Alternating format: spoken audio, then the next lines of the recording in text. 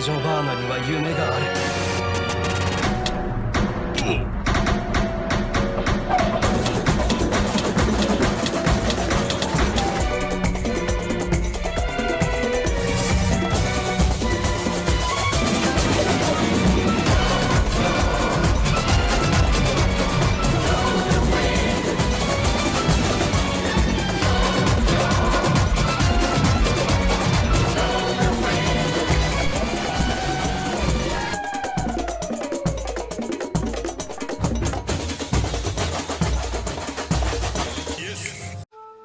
Bien le bonsoir à tous, j'espère que vous allez bien.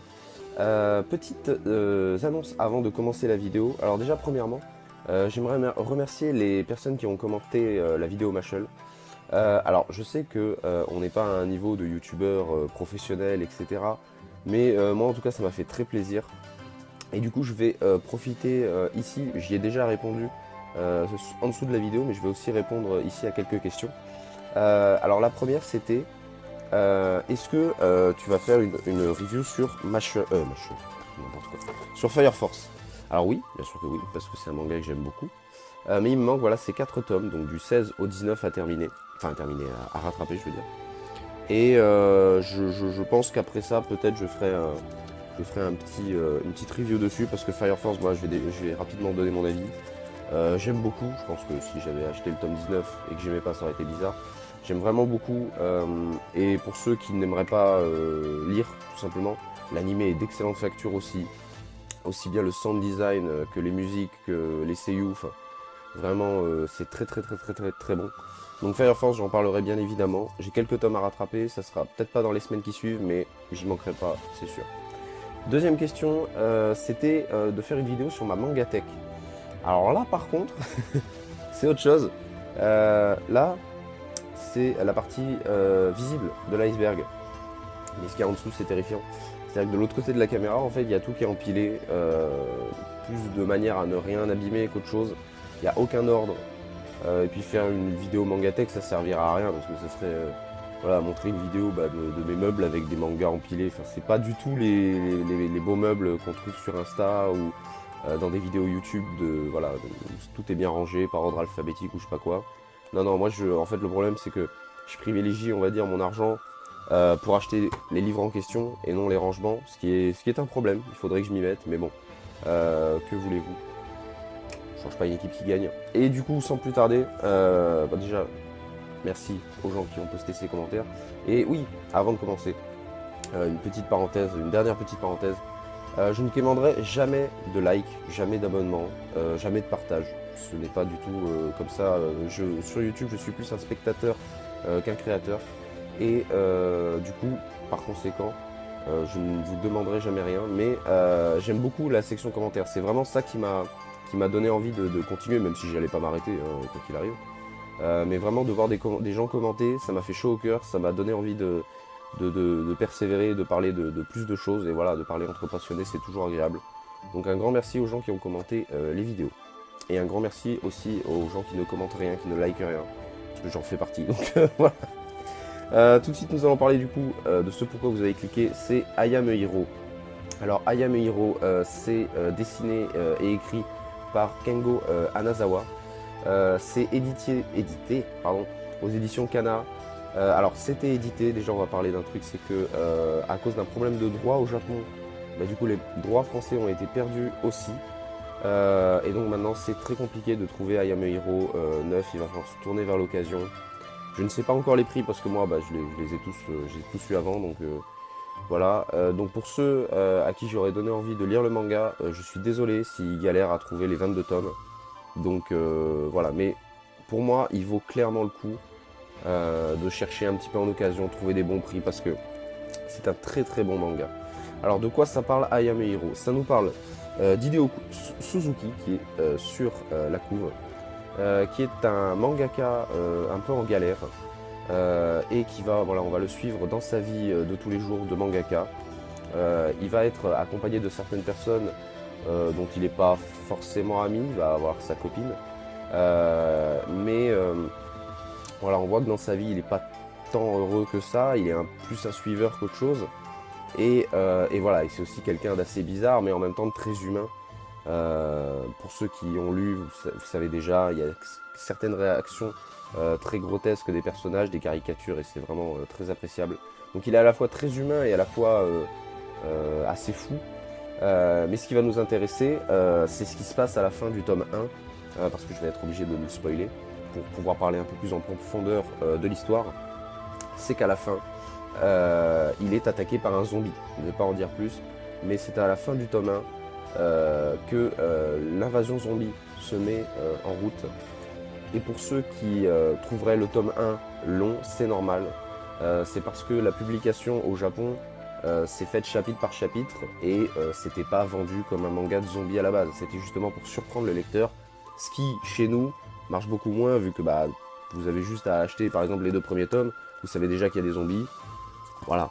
Mais le premier volume établit de très bonnes bases et vraiment est nécessaire. Même si peut-être vous serez tenté d'abandonner à ce moment-là, il est vraiment nécessaire à la suite de l'histoire.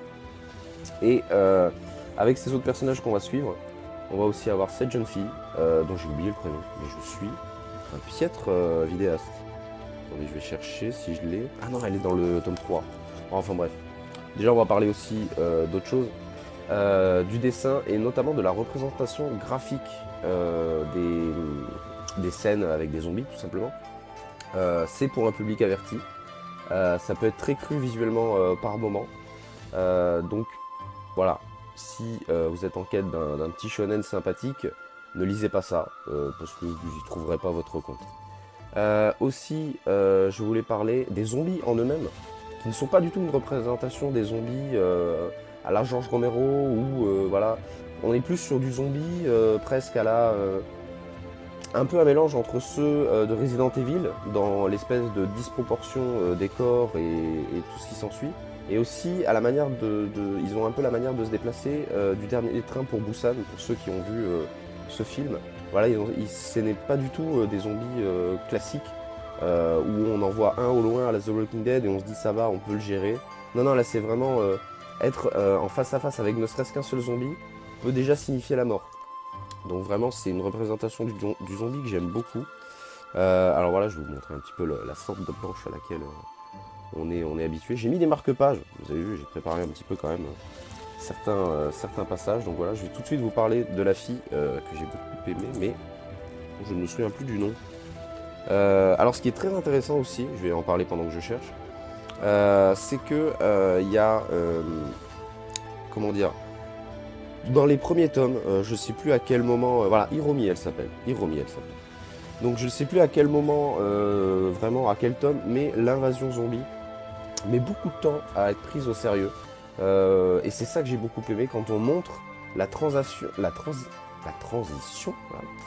entre le monde normal et le monde zombie. Parce que souvent, je prends l'exemple de The Walking Dead, on se réveille avec le personnage qui est alité et qui d'un coup découvre que le monde est déjà en pleine pandémie zombie et que voilà, le monde s'est déjà presque adapté à cette nouvelle vie sans lui.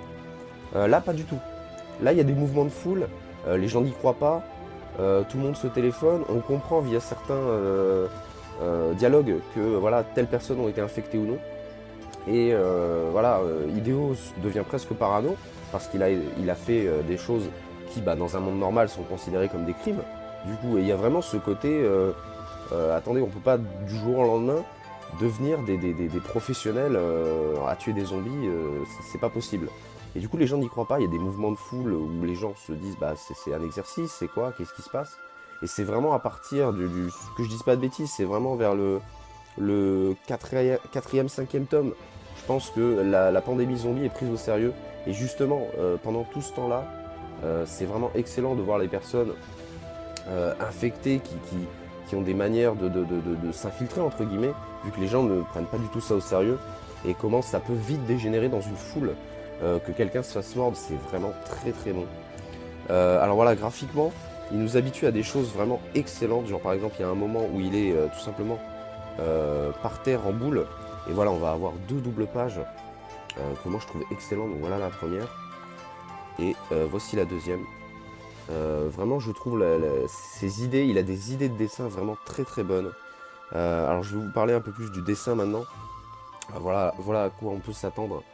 Par moments, il y a très peu de texte, mais d'autres moments, il y en a beaucoup. Je vais vous parler de ça un peu plus tard, mais en l'occurrence, voilà, on est vraiment sur une représentation euh, vraiment très graphique des personnages. Vous voyez sur leur faciès, ils ont, euh, ils ont des expressions un peu grotesques, mais en même temps très humaines, je trouve. Et, euh, et c'est vraiment ça que j'ai aimé. Alors aussi un petit détail, je crois que c'est à la fin de ce tome. Je vais essayer de... voilà. Alors déjà, ça c'est une petite chose, l'édition Kana est excellente. Par exemple, il y a une scène au début où voilà, des gens vont être amenés à parler avec un anglais. Et au lieu de tout simplement mettre des bulles, enfin de ne pas changer la taille des bulles, mettre le texte en français en tout petit, ainsi que le texte en anglais en tout petit, ils ont tout simplement gardé le texte en anglais. Donc pour ceux qui sont bilingues tout de suite, vous doutez que c'est excellent. Mais pour ceux qui ne le sont pas, il y a tout un lexique à la fin du bouquin. Alors ça, je crois que c'est juste dans les grosses scènes, quand il y a vraiment très peu de texte.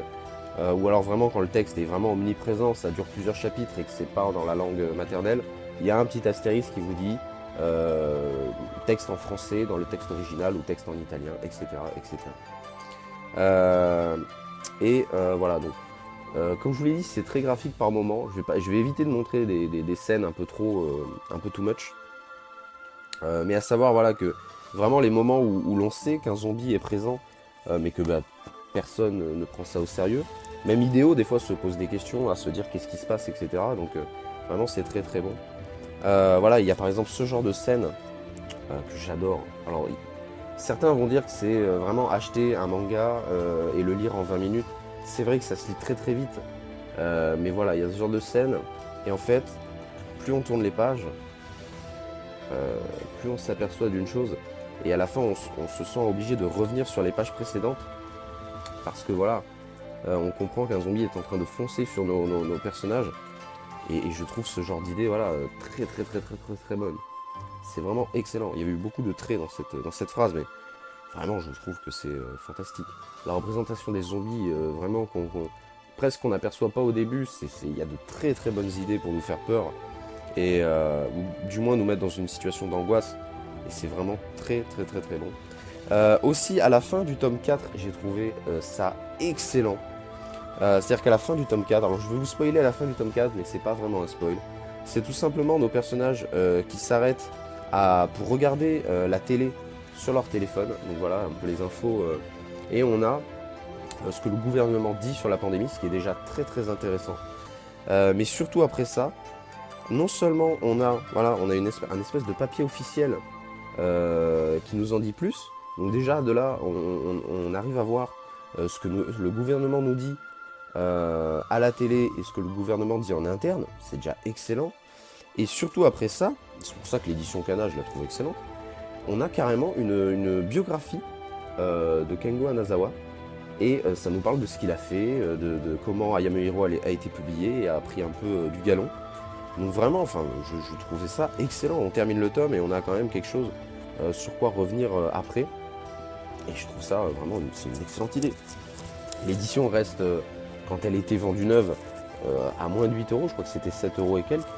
Vraiment, c'est un très bon investissement pour la quantité qu'on a. Et du coup, voilà, je voulais vous parler aussi de certaines idées qui ont été gardées dans le livre. Je ne sais pas si vous le voyez très bien, mais au fond de la planche, il y a du sang et il ressort en rouge. Excellent, excellent ce genre d'idée, c'est incroyable. Et voilà, et ne parlons même pas, il y a aussi des pages couleurs que je trouve vraiment très jolies. Mais ce côté, voilà, mettre de la couleur juste sur un élément dans le décor, ça donne vraiment de très bonnes scènes. Il y a aussi des scènes un peu psychédéliques, voilà, que seuls ceux qui ont lu le manga vont comprendre. Mais en attendant, voilà, c'est très bon. C'est très bon. De quoi je n'ai pas parlé encore. Oui, alors par exemple, j'adore je l'ai dit, mais les zombies sont vraiment très bons. Et d'ailleurs, il y a un truc que j'aime beaucoup, c'est que les zombies qui auparavant avaient un métier ou qui étaient dans tel domaine vont garder des souvenirs. Je prends l'exemple, voilà, sans vous spoiler un personnage du manga, je vais essayer de prendre quelque chose d'original. Par exemple, voilà, un footballeur aura tendance à shooter dans des trucs. Donc c'est tout bête, mais ça peut se révéler soit ridicule, soit vraiment très dangereux. Et j'ai trouvé, c'était une idée mais formidable. Donc voilà, je ne vais pas vous montrer toutes les couves, hein, bien évidemment. Mais sachez que les couves, la plupart du temps, sont pris de manière à ce qu'on voit au début la couve en se disant bon, voilà, c'est une couve, voilà, il a voulu faire ça, c'est un délire. D'ailleurs, beaucoup de couves sont très jolies, moi je les adore. Mais par exemple, je vais pas vous prendre celle-là, mais plus la couverture du tome 15. On pourrait croire à juste un camion poubelle, mais pas du tout. Quand on sait à quoi est rattaché cet élément dans l'histoire, on est vraiment surpris et voilà, c'est pour vous dire que vraiment les couves, déjà de base moi je les trouve très jolies, mais après voilà, si ça peut ne pas plaire à quelqu'un, je pense que quand il a en tête ce qui se passe dans l'histoire, je pense que ça prend tout son sens. Donc voilà, je vais revenir un peu sur le tome 10, tout simplement parce que il y a, voilà, déjà c'est l'occasion pour moi de vous remontrer encore une planche où certaines parties en couleur sont mises en valeur, ce que je trouve toujours une excellente idée. Et aussi, voilà, ça va me permettre de vous parler de ce genre de planche. Alors, peut-être vous avez pris peur. Moi aussi, j'avoue, en voyant que surtout ça n'allait pas, ça allait durer plusieurs pages. Mais c'est excellent à lire. En fait, c'est tout simplement la vue depuis Internet. C'est-à-dire qu'Internet marche encore, même si c'est très limité. Et il y a certains forums où les gens discutent encore quelques semaines après la pandémie. Et on voit vraiment des réactions humaines, à la fois complètement psychédéliques, enfin psychédéliques, complètement lunaires. On voit des réactions de personnes qui sont vraiment sur Internet, à la manière d'aujourd'hui, qui ne savent pas vraiment de quoi ils parlent. Et c'est vraiment...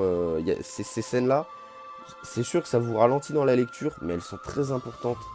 Et vraiment, il y a un personnage qui s'en retrouve vraiment développé. Donc vraiment, ces scènes, on peut croire au début que ça va être quelque chose de terrible à lire, mais c'est vraiment une excellente idée. Vraiment, j'ai trouvé ça énorme. Et qu'est-ce que je peux dire d'autre? Alors, je ne vais pas faire une petite zone spoil, donc ça c'est la couve du dernier volume d'ailleurs qui est assez épais. Je vais passer en petite zone spoil maintenant, voilà, comme ça 17 minutes c'est nickel. La fin en elle-même est vraiment, je trouve, éclatée. Mais ça ne m'empêche pas d'aimer le manga, vous avez pu le voir, hein, à aucun moment j'ai critiqué ses bonnes idées ou quoi. Le manga m'a vraiment touché et je trouve que la fin, comme beaucoup de fins de manga, et qui plus est beaucoup de fins de zombies, de films de zombies ou d'œuvres avec des zombies en général, déjà que je trouve que des fins de manga sont pas souvent satisfaisantes, et les fins de jeux vidéo avec des zombies, de films, de séries, moi qui en suis très friand, souvent ne sont pas bien faites. Là on a un petit peu le mix des deux, c'est qu'à la fois le manga, on n'arrive pas à faire des fins, mais en même temps les trucs de zombies c'est très difficile à en faire une fin. Je dis pas que c'est facile à faire, hein, sinon quelqu'un l'aurait déjà fait, mais voilà. La fin est vraiment pour moi je trouve, c'est pas une fin en fait, c'est ça le problème, c'est que c'est pas une fin, ça nous laisse avec des non-dits et ça nous laisse avec beaucoup trop de non-dits. Il y a des énigmes qui sont dispersées de ça et là dans les volumes, qui auraient mérité des réponses, même si nous laissaient un petit peu dans le mystère pour nous donner voilà, de quoi réfléchir. Après, ne pas tout nous exposer pour quand même nous faire notre propre idée sur certains arcs narratifs, certains éléments de l'histoire. Voilà, je vais vous montrer un petit peu des planches du dernier volume, mais ne vous inquiétez pas, il n'y a pas vraiment de spoil, c'est pour vous montrer voilà, un petit peu de dessin. Voilà, il y a des planches qui sont vraiment magnifiques.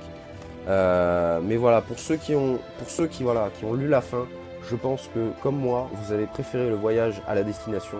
Et je pense que c'est ce que tout le monde fera en lisant ce manga. Profitez des tomes, si vous arrivez à les trouver encore une fois. Mais voilà, les tomes sont vraiment des pépites. J'ai lu ça je ne saurais pas vous dire, mais je crois qu'en 2-3 semaines, je les ai tous lus. C'était excellent. Je les relirai un jour et je pense que je me reprendrai la même claque. Donc voilà. En tout cas, c'était un plaisir de vous parler d'un de mes mangas vraiment coup de cœur pas de cette année, mais en général. Je suis désolé, la vidéo est déjà à 19 minutes. Je suis vraiment désolé, mais voilà, j'en avais besoin. Vu que c'est 22 volumes, j'ai voulu parler un peu de tout. Je pense que j'ai rien oublié. Pour ceux qui ont déjà lu le manga, comme je l'ai dit en début de vidéo, en zone commentaire, parlez-en avec moi ou les autres. C'est vraiment très cool. Évitez peut-être de trop spoiler pour ceux qui n'ont pas lu, ou alors mettez au début que vous allez spoiler, voilà, et parlez-en ensuite. Quoi d'autre? Je vous souhaite une très bonne journée. Lisez des mangas, lisez des comics, et à la semaine prochaine. Salut! Et j'oubliais une petite dernière chose, pour ceux qui le veulent, proposez-moi dans la section commentaires de parler de certains mangas, comme voilà la personne qui l'a fait avec Fire Force. Vraiment, si vous voulez que j'en parle certains mangas, je les ai peut-être dans ma mangatech. Vu que je vais pas faire de vidéo mangatech, ça va plus être basé sur ces échanges-là. Pour ceux qui le souhaitent aussi, suivez-moi sur les réseaux sociaux. Alors vous les voyez en description tout ça. Voilà, juste Insta et Twitter. J'ai juste mis ça parce que Twitter encore je suis pas vraiment très actif, mais Insta, voilà, c'est vraiment là où je suis le plus actif. Donc n'hésitez pas à me suivre. C'est là où je parle de mes dernières lectures sur le coup. On va dire que quand j'ai lu le dernier tome, voilà, j'ai mis une story en mode le dernier tome c'est une bombe. Et au moins voilà, pour ceux qui veulent réagir en commentaire et me demander de parler de certains trucs, vous pouvez notamment voir ce que j'ai acheté, ce que je lis, etc. Donc voilà, encore une fois, une bonne journée.